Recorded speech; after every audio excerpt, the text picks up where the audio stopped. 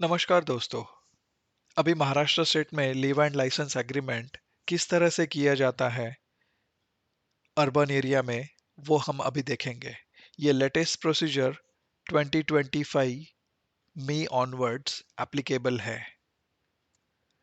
तो इस प्रोसीजर में मतलब ये रेंट एग्रीमेंट एग्जीक्यूट करने के लिए कौन कौन सी स्टेप्स है, वो सारी स्टेप्स हम वन बाय वन देखेंगे। और उसके साथ कुछ और चीजें भी देखेंगे, जैसे कि आउट ऑफ इंडिया से रेंट एग्रीमेंट किस तरह से एग्जीक्यूट किया जाता है, जो भी कॉमन इश्यूज आते हैं उनको किस तरह से सॉल्व किया जाना चाहिए। ये सारी चीजें हम अभी वन बाय वन देखेंगे। सबसे पहले अब हम ये देखते हैं कि रेंट एग्रीमेंट महाराष्ट्र स्टेट में एग्जीक्यूट करने के लिए कौन कौन से डिवाइसेस की जरूरत है।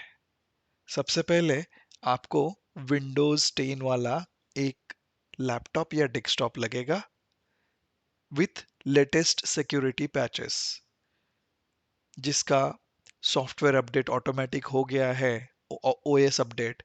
वैसे लेटेस्ट वाला विंडोज 10 का लैपटॉप इसके लिए लगता है। उसके बाद उस लैपटॉप में यूएसबी 2.0 या हायर कॉम्पेटिबल यूएसबी लगता है। मिनिमम दो यूएसबी डिवाइसेस लगेंगे। एक मंत्रा एमएफएस बायोमेट्रिक आधार वैलिडेशन वाला जो डिवाइस है उसके लिए लगेगा, और दूसरा जो है वो सिक्यूजन हैमस्टर प्रो 20 के लिए लगेगा। आपको हाई रिजोल्यूशन कैमरा 2 मेगापिक्सल और अबव ये लगने वाला है। और आधार वैलिडेशन के लिए मंत्रा एमएफएस 110L1, ये एक बायोमेट्रिक डिवाइस भी इसके लिए लगता है। उसके साथ सिक्यूजन हैमस्टर प्रो 20, ये दूसरा ड्राइवर लगता है, एक दूसरा डिवाइस लगता है एग्जीक्यूशन के लिए। ये सारे डिवाइसेस अगर आपको परचेस करने हैं तो इनकी लिंक्स डिस्क्रिप्शन में अवेलेबल है। आप उन लिंक्स पे क्लिक करके वो करेक्ट डिवाइस परचेस कर सकते हैं। अभी देखते हैं कौन कौन से डॉक्यूमेंट आपको ये रेंट एग्रीमेंट एग्जीक्यूट करने के लिए लगने वाले हैं। सबसे पहले आपको लगेगा ओनर का आधार कार्ड, पैन कार्ड, और जो फ्लैट या जो अपार्टमेंट जो प्रॉपर्टी रेंट पे देना है उसका इलेक्ट्रिसिटी बिल, या फिर आ, कोई प्रॉपर्टी टैक्स डॉक्यूमेंट, या फिर कोई गैस कनेक्शन वाला डॉक्यूमेंट, ऐसे कोई एक यूटिलिटी बिल ओनर का लगेगा। तो ओनर से हमें ये तीन इंफॉर्मेशन चाहिए, तीन डॉक्यूमेंट्स चाहिए: आधार कार्ड, पैन कार्ड और यूटिलिटी बिल। टेनेंट से हमें आधार कार्ड चाहिए, और विटनेसेस का हमें आधार कार्ड लगेगा। ओनर के लिए दो विटनेस लगेंगे और टेनेंट के लिए दो विटनेस लगेंगे। ओनर और टेनेंट ये दोनों में विटनेसेस कॉमन भी हो सकते हैं, कोई इशू नहीं है। उसके बाद बायोमेट्रिक वैलिडेशन जो होना है वो सारी पार्टीज का होगा। ओनर, टेनेंट और विटनेस, इन तीनों का बायोमेट्रिक वैलिडेशन इस प्रोसीजर में होता है। अभी सबसे पहले जानते हैं कि रेंट एग्रीमेंट एग्जीक्यूट करने के लिए स्टैम्प ड्यूटी और रजिस्ट्रेशन फीस कितना लगेगा, वो हमें सबसे पहले जानना होता है। और फिर वो एक बार आपको वो समझ में आ गया कि स्टैम्प ड्यूटी और रजिस्ट्रेशन फी कितना लगने वाला है, तो उस हिसाब से आप वो अरेंजमेंट करके वो आप डॉक्यूमेंट एग्जीक्यूट कर सकते हो। अभी स्टैम्प ड्यूटी और रजिस्ट्रेशन फीस कैलकुलेट करने के लिए जो वेबसाइट है वो हम लोग दो तरह से एक्सेस कर सकते हैं। ऑप्शन वन, igr.maharashtra.gov.in, इस वेबसाइट पे जाके हम आ, उसमें सब सेक्शन होता है ई लीव एंड लाइसेंस, और उस ड्रॉप डाउन में लीव एंड लाइसेंस 1.9, ये एक ऑप्शन है। जो पाथ फॉलो करके आप स्टैम्प ड्यूटी और रजिस्ट्रेशन फीस कैलकुलेट कर सकते हैं। या फिर ऑप्शन टू है डायरेक्टली ये वाला लिंक, ई फाइलिंग igr.maharashtra.gov.in/erej, और हर लिंक के आगे ये HTTPS होना जरूरी है। ये HTTPS ये दर्शाता है कि ये वेबसाइट जो है वो ऑथेंटिक है, सिक्योर्ड है। तो आइए ये हम फर्स्ट लिंक पे क्लिक करते हैं। Skip validation. ये वेबसाइट यहाँ पे लॉन्च होगा और ये जो है पॉपअप, इसे मैं क्लोज करता हूँ। और ये ऑनलाइन सर्विसेज वाला जो सेक्शन है, इसमें यहाँ पे ई लीव एंड लाइसेंस ये ड्रॉप डाउन है। इस पे आपको लीव एंड लाइसेंस 1.9 इस पे क्लिक करना है।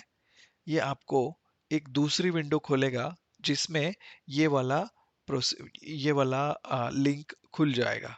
या फिर जिस तरह से मैंने बताया, डायरेक्टली आप ये ई फाइलिंग igr.maharashtra.gov.in/e-reg जो आपको यहाँ पे ऐसे दिखता है ये एड्रेस बार में, वो सेम लिंक आप डायरेक्टली क्लिक भी कर सकते हैं।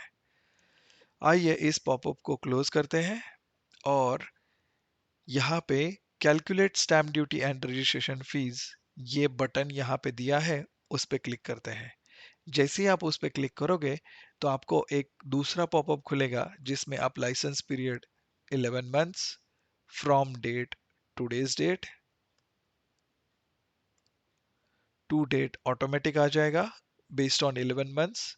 Refundable deposit 50,000, non refundable deposit 0, monthly rent fixed है लेट्स से 15,000 और calculate stamp duty.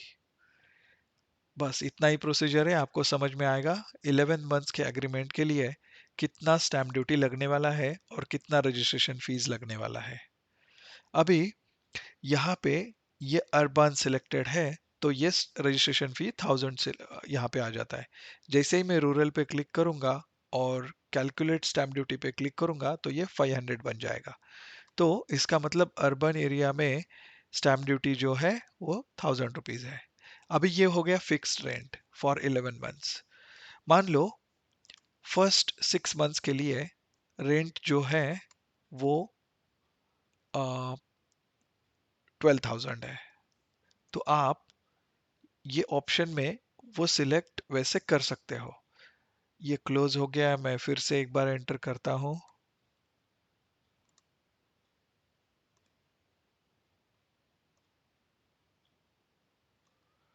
50,000 refundable deposit और ये वैरिंग रेंट ये सिलेक्ट किया तो आप वो मंथ टू मंथ सिलेक्ट कर सकते हो। फर्स्ट टू 6 मंथ रेंट 12,000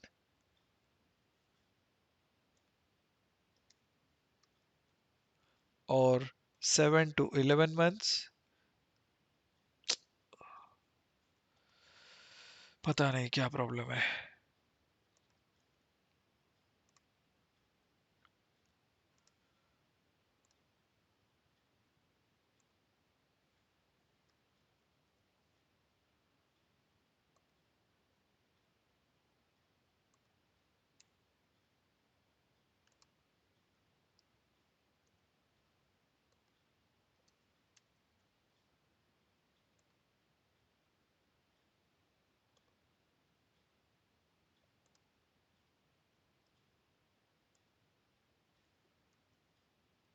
14,000 और इस तरह से 366 रुपीज स्टैम्प ड्यूटी और रजिस्ट्रेशन फी 1,000 रुपीज।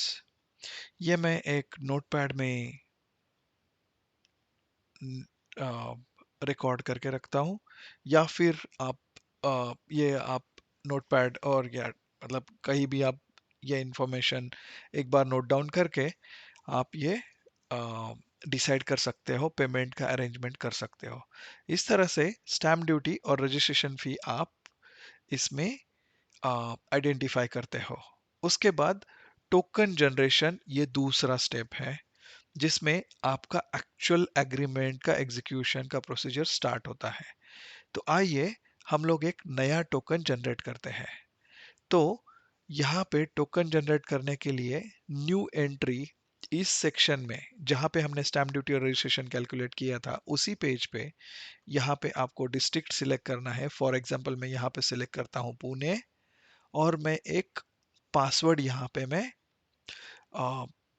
क्रिएट करता हूँ। तो ये पासवर्ड मुझे याद रखना पड़ेगा। तो जैसे मैं एक अल्फा न्यूमेरिक पासवर्ड यहाँ पे मैं सिलेक्ट करता हूँ। पासवर्ड के कुछ रूल्स है, जिस तरह से आइए मैं वो भी आपको दिखाता हूँ कि पासवर्ड के क्या रूल्स है। तो एक कैपिटल लेटर, एक स्मॉल लेटर, एक सिंबल, एक नंबर मिनिमम होना चाहिए, और वो 8 to 10 कैरेक्टर्स लॉन्ग ऐसा पासवर्ड होना चाहिए। एक कैपिटल लेटर, एक स्मॉल लेटर, एक सिंबल, एक नंबर, ये कंपलसरी है। और पासवर्ड लेंथ जो है मिनिमम 8 कैरेक्टर्स होना चाहिए। तो ये मेरा एक वैलिड पासवर्ड है जो मैं यहाँ पे मैं यूज कर सकता हूँ। यहाँ पे मैं पेस्ट करने के लिए शिफ्ट और इंसर्ट की दबा के मैं ये पासवर्ड यहाँ पे मैं पेस्ट कर सकता हूँ। और ये जो कैप्चा टेक्स्ट है वो मैं यहाँ पे एंटर करता हूँ, और जैसे ही मैं नेक्स्ट पे क्लिक करूंगा तो एक नया पेज ओपन होगा जिसमें मैं प्रॉपर्टी डिटेल्स ऐड कर सकता हूँ। तो ये देखिए यहाँ पे मुझे तालुका सिलेक्ट करना है। जैसे मैंने पूना सिलेक्ट किया तो तालुका हवेली, विलेज, जो भी विलेज है वो मैं सिलेक्ट करके यहाँ पे local limit, corporation, local limit Pune, type of unit flat apartment, और यहाँ पे मैं सर्वे नंबर ऐड करता हूँ 53। जो यूटिलिटी बिल हमने ओनर से लिया था उसमें आपको इसमें से कोई तो एक वैल्यू मिलेगा, वो आपको यहाँ पे एंटर करना है। Unit 770 square feet, unit area, attribute to चाहे तो सिलेक्ट करो या फिर वो ऑप्शनल है, यहाँ पे स्टार नहीं है तो आप उसे इग्नोर कर सकते हो। यहाँ पे प्रॉपर्टी का एड्रेस जो रेंट पे देना है उस प्रॉपर्टी का एड्रेस आपको यहाँ पे ऐड ऐड करना है।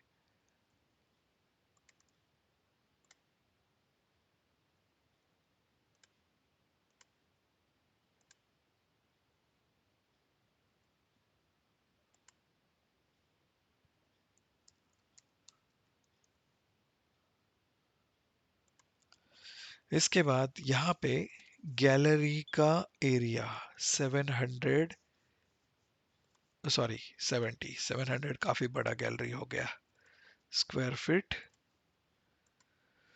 पार्किंग स्पेस 140 स्क्वायर फीट, और लोकेशन लेट्स से दिस अलंकार पुलिस स्टेशन। सेव पे क्लिक किया तो सेव होके यहाँ पे मुझे ये टोकन नंबर मिलेगा, ये मैं तुरंत कॉपी करके रखूंगा।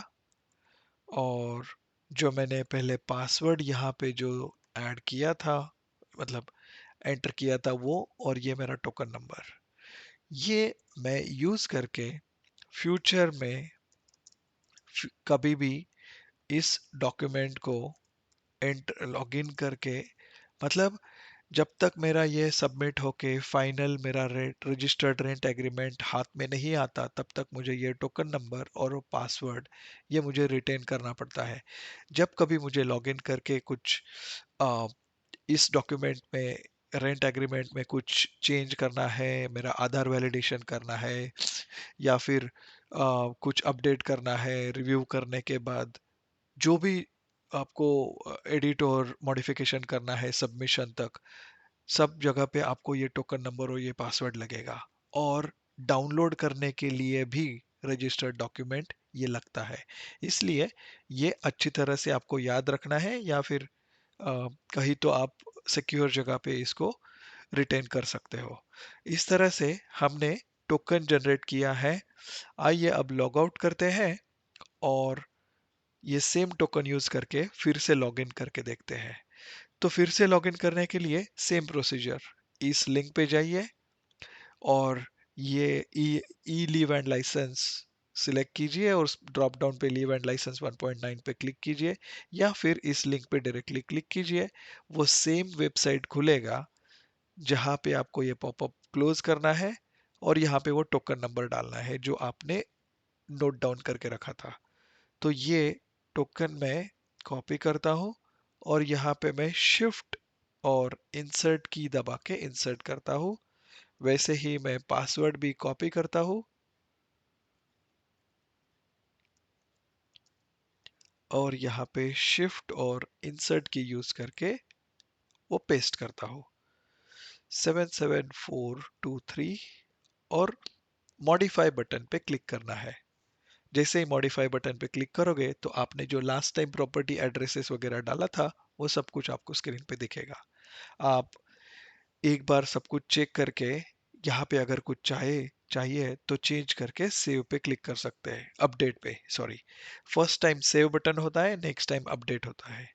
आइए अभी नेक्स्ट क्लिक करके पार्टी डिटेल पे क्लिक करके हम पार्टीज ऐड करते हैं। यहाँ पे हमें पार्टी और आइडेंटिफायर, मतलब पार्टी क्या क्या पार्टी हो सकता है, लाइसेंसी या टेनेंट, लाइसेंसर या ओनर, ये पार्टीज होते हैं। ऑथोराइज सिग्नेटरी, कंपनीज वाले केस में ऑथोराइज सिग्नेटरी होता है। और पावर ऑफ अटर्नी होल्डर, अगर कोई आउट ऑफ इंडिया है तो उसका एग्रीमेंट एग्जीक्यूट करना है और उसने कहीं किसी को पावर ऑफ अटर्नी दिया है, या फिर कोई सीनियर सिटीजन है जिनका आधार वैलिडेशन नहीं हो रहा है, तो वो अ, उनकी पावर ऑफ अटर्नी किसी और रिलायबल बंदे को, ट्रस्टवर्दी बंदे को अ, उनका पावर ऑफ अटर्नी दे के वो डॉक्यूमेंट वो एग्जीक्यूट करवा सकते हैं।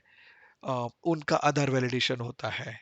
जिसको पावर ऑफ अटर्नी दी है उसका होता है, सीनियर्स का नहीं होता। तो अभी इसमें ओनर सिलेक्ट करके पार्टी टाइप में मैं सिलेक्ट करता हूँ इंडिविजुअल, और यहाँ पे मैं बाकी डिटेल्स ऐड करता हूँ। ये सारे डमी डिटेल्स है। मिडिल नेम कंपलसरी नहीं है। एज, इसके बाद पैन नंबर,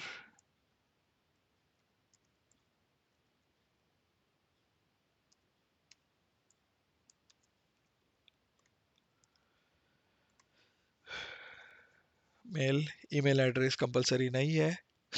यहाँ पे मैंने ओनर किया है, उसे ही मैं डॉक्यूमेंट प्रेजेंटर बनाता हूँ। ओनर या टेनेंट कोई कोई भी एक बंदा प्रेजेंटर हो सकता है।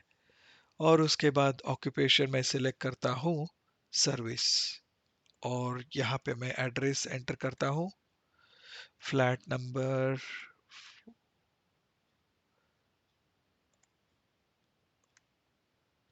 फ्लोर नंबर,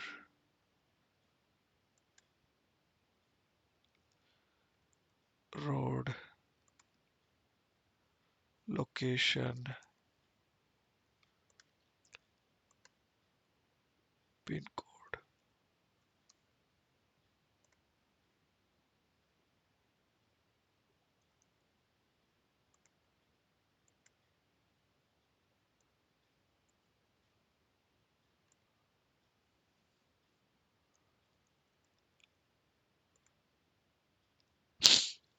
जैसे ये एंट्री हो जाए तो मैं यहाँ पे सेव बटन पे क्लिक करता हूँ और ये पार्टी एडेड सक्सेसफुली, ये मैसेज यहाँ पे दिखता है।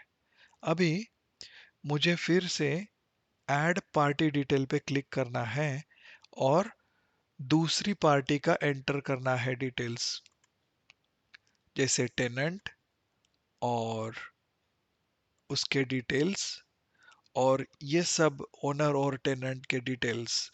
ओनर एक से ज़्यादा भी हो सकता है, टेनेंट एक से ज़्यादा भी हो सकते हैं। आपको सिर्फ यहाँ पे पार्टी टाइप सिलेक्ट करके उनको हर एक एंट्री को सेव करना है, फिर ऐड पार्टी डिटेल पे क्लिक करना है।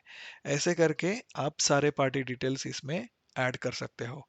अगर आप यहाँ से सिलेक्ट करते हो तो आपको वो आपने जो पहले सेव करके रखे हैं वो पार्टी के डिटेल्स आप यहाँ पे ड्रॉप डाउन में 1 2 3 ऐसे नंबर्स होंगे, वो सिलेक्ट करके आप इसमें चेंज कर सकते हो अगर कुछ है तो। यहाँ पे अपडेट बटन आएगा, एंट्री में डिटेल्स में चेंज करो और अपडेट पे क्लिक करो। जब ओनर और टेनेंट सारे डिटेल्स एंटर हो जाए तो आइडेंटिफायर पे क्लिक करो और हर ओनर और हर टेनेंट के लिए दो दो पार्टीज, दो दो विटनेसेस आपको यहाँ पे ऐड करने हैं।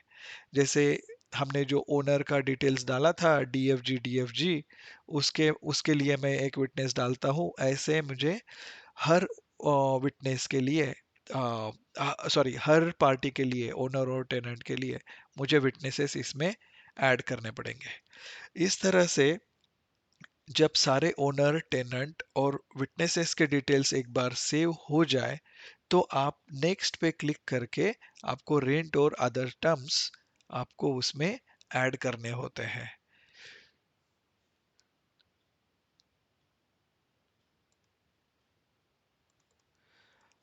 वो हम अगले वाले वीडियो में देखेंगे। Thank you.